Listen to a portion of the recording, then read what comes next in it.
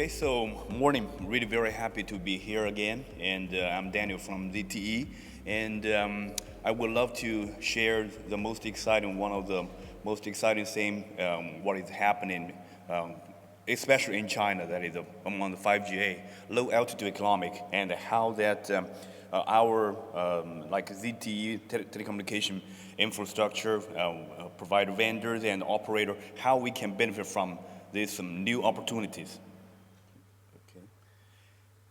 Okay, so in the last about 1.5 years, I've been working intensively with a lot of regulators and also a lot about different universities and talked a lot about with logistic companies like Shunfeng and Meituan.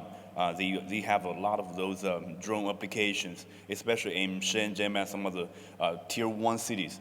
And the most important thing that we try to answer in the low altitude economic is how we can make money out of that. So we want to address the elephant in the room first. So we first put two of our examples how we can just monetize those new opportunities. Okay. The first one that is one of the example we collaborated with the China Mobile and one of the most famous mountain Thai, and over there they have been using drones for a lot of different type of applications. First one that is for delivery, that is for like snacks and beverage, moving just from down to the top of the hill, and also that this kind of garbage that all of those generated garbage is the one who just want to take that down to the ground, to the bottom. So they have used a lot of drones for that purposes, and also they use drones for those kind of monitoring. Security reason, and also for those kind of fire prevention, all of those kind of application. So they have a very this kind of solid need for those communication plus sensing the drones, and also those kind of tourism regions. They have a lot of consumer drones. They are flying around. They might be a hazard for the commercial, this kind of professional drones. So they need to protect those kind of route of the those are professional drones. So all of those kind of requirements come together. We need to build those kind of communication system and also monitoring system for that. So here you see that in that mountain region, we built over 10 those are ISAC base stations there, so which is a very good starting point to making those kind of money out of those low altitude economic. Because most of the cases we talked to different parties, stakeholders, we found that most of the cases, the money came from the regulator, from the government. Here is just one example that is those kind of tourism region and some other kind of third party might be those kind of found providers. Okay, another one is pretty kind of intuitive. We think about that is airport, but airport we're working with airports. Multiple airports for a lot of systems, both for those Aeromax, those kind of on-the-ground communication system for the aircrafts and those kind of different professional vehicles. And also, they have the requirements for those perimeter security, especially for those bird prevention and also the rogue drones, like in a lot of airports, especially bigger ones, they have radar systems. But this one, we had the project there. It's a pretty, not that big one compared to the tier one cities. So they don't have those kind of radar system. They have that visual, this kind of threat recognize systems for the birds and also for the drone mainly. So we help them to build that a total all-in-one monitoring system, which is identical to those parameter security, this kind of requirements. And we help them to build this kind of monitoring system and also with some communication capability combined. This example is pretty, I think it's a little bit unique because in the airport, we talked talked with, that they have a lot of existing stakeholders, especially some providers, or they already have well-established market. So it's very challenging for telecommunication service provider to get into that business. So it's a little bit challenging. Besides that, we also did some of this kind of vessel monitoring, like in Shanghai. They have a lot of those kind of low visibility days during the year. So we provide those kind of anti-collision systems to help them to avoid this collision of that big vessels. And also this kind of requirements also we get some of those projects also from like Yellow River, Yangtze River, and some of those kind of giant inland river, those kind of requirements. So we think that low altitude is just really has a lot of potential, not just for those metropolitan city. We build a massive those low altitude monitoring and communication network, but also in some kind of very special cases, we might still have those capabilities. We need to just keep talking to different third parties to first one, we try our best to with the established parameter security, this kind of requirements. All of those campuses and big facilities, those kind of security application, and also we can open our eyes to talk to more third parties. Okay, so the next we will try to see that the bigger picture, where the money lies. That is, you see that communication and those sensing integrated together create a lot of value for that. You can see that we did our homework, and we have all of those requirements for those bandwidths, and also for those low altitude sensing capabilities and target recognition. All of those kind of things. It's the key. Those kind of capabilities of our infrastructure. But in here you see that we want to build a bigger systems. We are talking about that VMS, video management system, and the C2 platform, command and control platform, to making that the whole platform. And a lot of operators are doing that. Like China Mobile's, their naming platform is doing the right thing. They are integrating all of those things together. And here you see that the existing systems, no matter that's radar system or some kind of other, this kind of OTDA systems, they have some limitation. But our ISAC system, integrated communication and sensing, can address the problems just head on. You see that this kind of modification of the existing infrastructure is a minimum. We only introduce this new type of our AAUs, and all of those BBUs and the network can be reused. And also because we are building a network, so that it's naturally it's a network of radars. We don't like the building radar one by one. You have to form a network afterwards. So we have a lot of those advantages. And you see that with the existing that this kind of OSS and management system, we can make that very easy to manage. So we have a lot of those advantages, turn the existing network into a radar network. Okay, so in here you see that some of those key technologies we introduced in here. That is the first one, the left one, that is we can have, because we are serving that normal users, which is the consumers, and also serving the drone at the same time.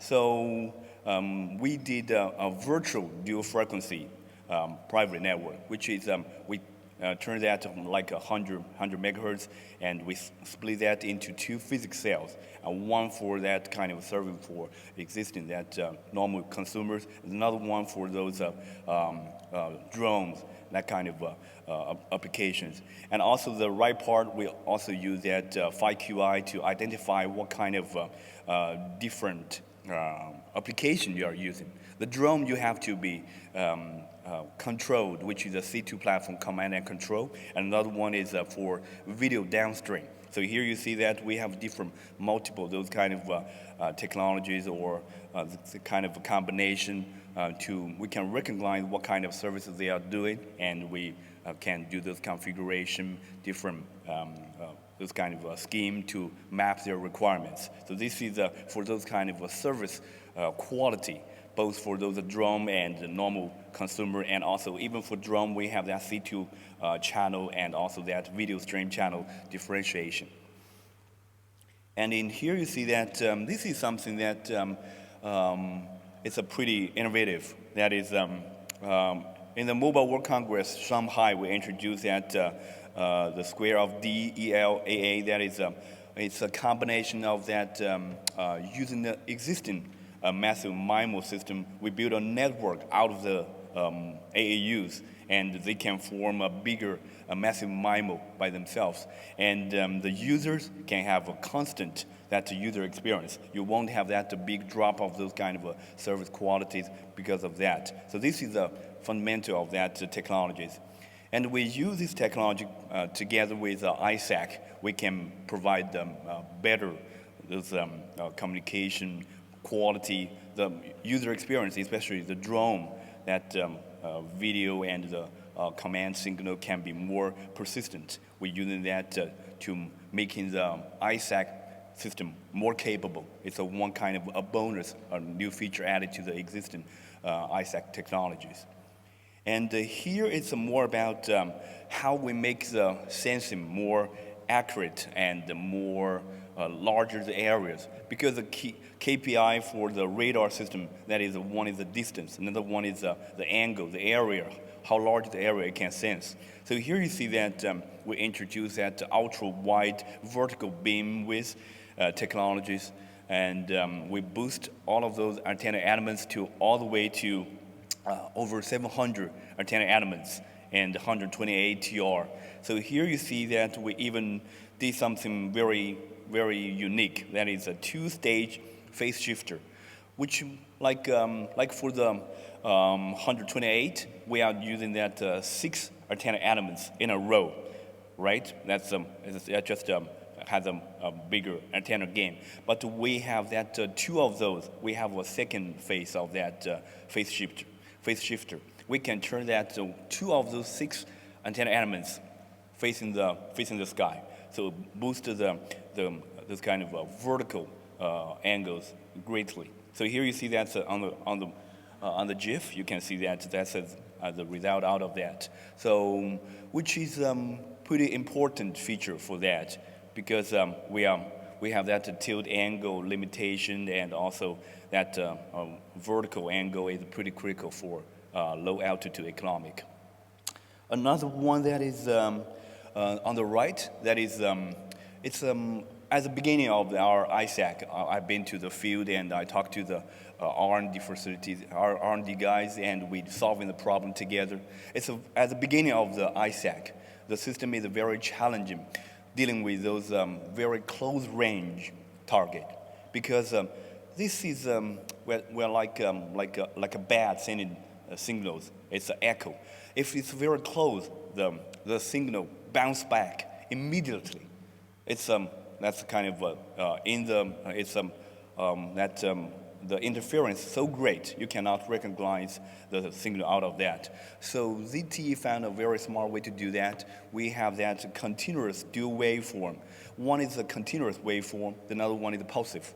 And we smartly just map those into the same time slot. We have a D1 and D5 time slot sending those sensing signals. And the first 4 symbol, we are sending that pulsive waveform. That is very ideal for long distance, because of the ISAC, we are dealing with a very, very low level of that signals. We are talking about this kind of a sphere, this kind of rebound. So it's the kind of pulsive have this higher energy density, which help greatly with that long distance sensing.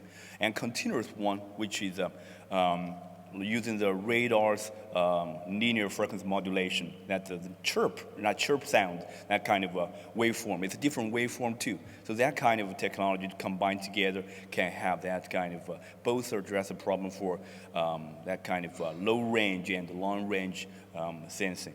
And for capability for that, we can do around 5 meters to all the way to over 1 kilometer, just one base station. So this is the result out of that. Okay.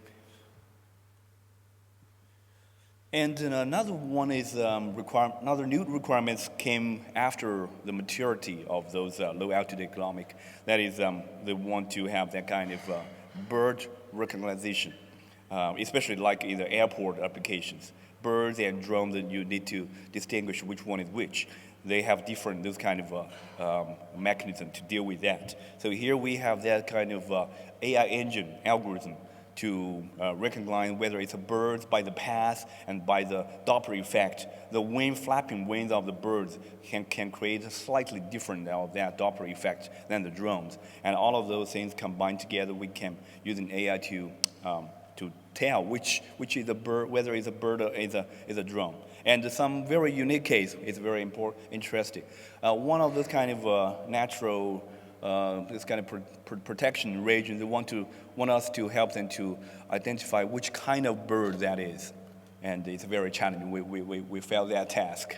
Yeah, we can tell whether it's a bird or drone, but not which type.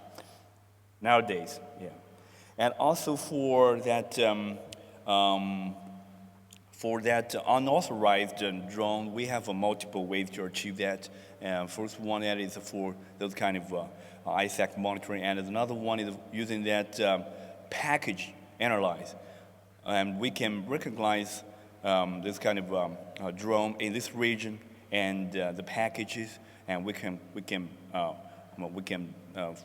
study the packages and understand that's a drone's packages, and with them backwards find the SIM card ID of the drone, and cross-mapping the existing platform information, like a DJI's platform and some other platforms information. We can identify which user's drone and which manufacturer's drone, and this kind of identification.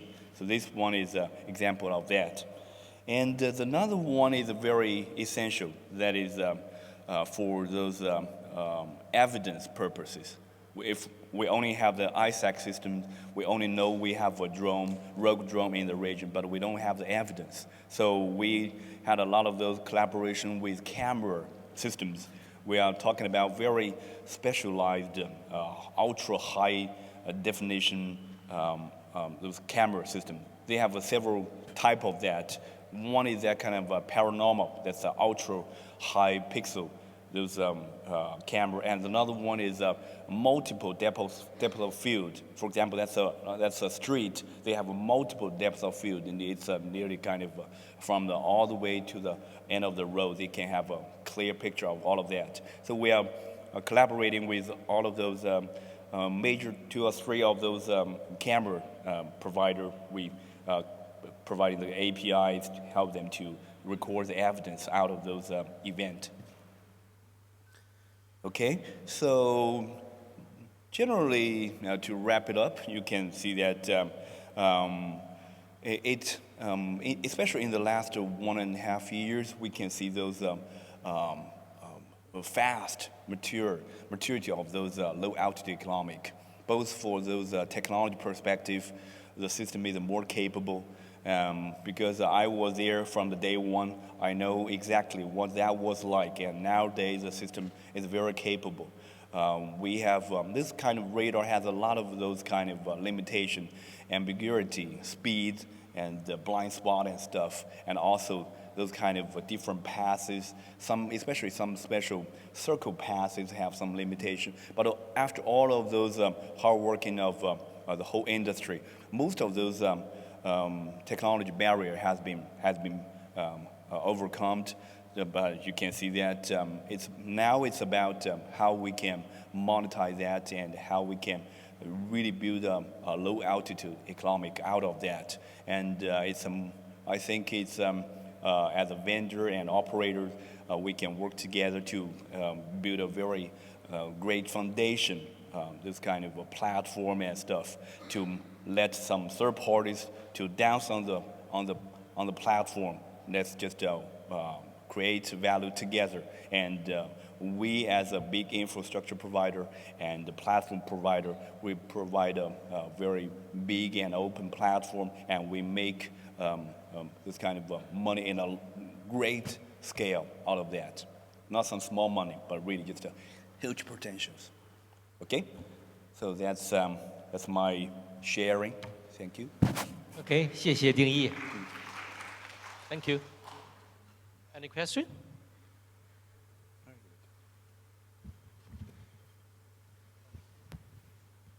谢谢那个演讲哈，这个信息量还蛮大的。然后我看你很多部分说了这个 ISAC 这个问题，包括那机场的那个防护啊，包括其他的那个好多场景的应用，看着蛮不错。我有一个比较基本的问题，就是说，我理解这些 ISAC 现在都是基站，就是类似于它有一些sensing的这个机制，对吧？然后做的这些功能。我有一个比较基本的问题就是说，如果我把一个简单一个毫米波雷达或者是 whatever 反正毫米波不管哪个频段吧，就是现有的雷达的这个79节也好，24节也好，装在你的基站的塔上，和你现在的 ISAC，对，这两个事情有什么区别没有？你这个问题挺有意思，其实就是刚刚我们也就聊到一个问题，你看我们聊的是这个低空经济，特别是我们对这种一线的这种大的这种国际大都市的这种监控。比如说，你看像上海、北京、深圳还小一些啊。你看我们是要把那个连成一片的来进行组网，你的一个雷达放在上面没任何问题。而且来讲的话，就是你放一个雷达，你肯定解决不了这个整个城市这种覆盖。所以说，你最后你还是要建一张这个雷达的网，对不对？你还有传输。我是说把雷达放在，因为你基站这个 facility 这个设施已经在那了，对不对？有好多塔或者好多这个报杆什么的。对。我把每一个报杆上都装上雷达。和咱们现在所谓的 ISAC，它的区别有什么不一样？这个可能和成本上面是一个很大的关系。那天我在跟那个 Omdia 专门做那个 Parameter Security 的那个人聊，他说这个现在雷达的价钱已经掉到很便宜了。我就说到底有多便宜？他说这个像比如说100米的这个雷达哈，也要这个差不多50个 K 的那个 US dollar。我说你这个。你们认为很便宜的，跟我们这个基站那些比哈，那确实你那还是很贵的。所以这种专业的设备啊，它还是来讲的话是相对而言还是比较昂贵的。像一般来讲，我们这个基站，我们是说的1公里的这个感知的范围。你如果是拿1公里的这种雷达来比的话，你可能在这个那个就是价格上面还是会有一些优势，而且还有那个雷达，它一般这种雷达刷新的这种时间会比较慢一些。像一般我们跟那个雷达厂商聊的哈，它都差不多是6秒刷新，我们这个是1秒是8000次的那个发，然后1秒刷新1次，所以说刷新率啊等等这些还是会有一些优势。OK。好，对，好，谢谢你。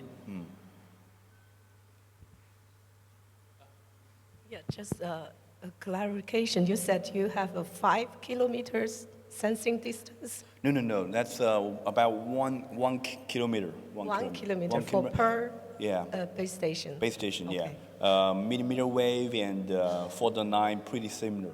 It's roughly, in real life, I saw that about 1.2 or 4. Okay, thanks. Thanks very much, Daniel, for the presentation. I think this may be a follow-up to the other questions. I find it very interesting you talked about ISAC as well. I guess in the context of autonomous machines and drones and all that, it's very relevant. A lot of the industry are talking about that for the future, and a lot of that is yet to be validated in terms of efficiencies and the need for wide area coverage. It does become expensive, and then if it's a wider coverage, especially for high resolution, you need higher spectrum, as was probably mentioned.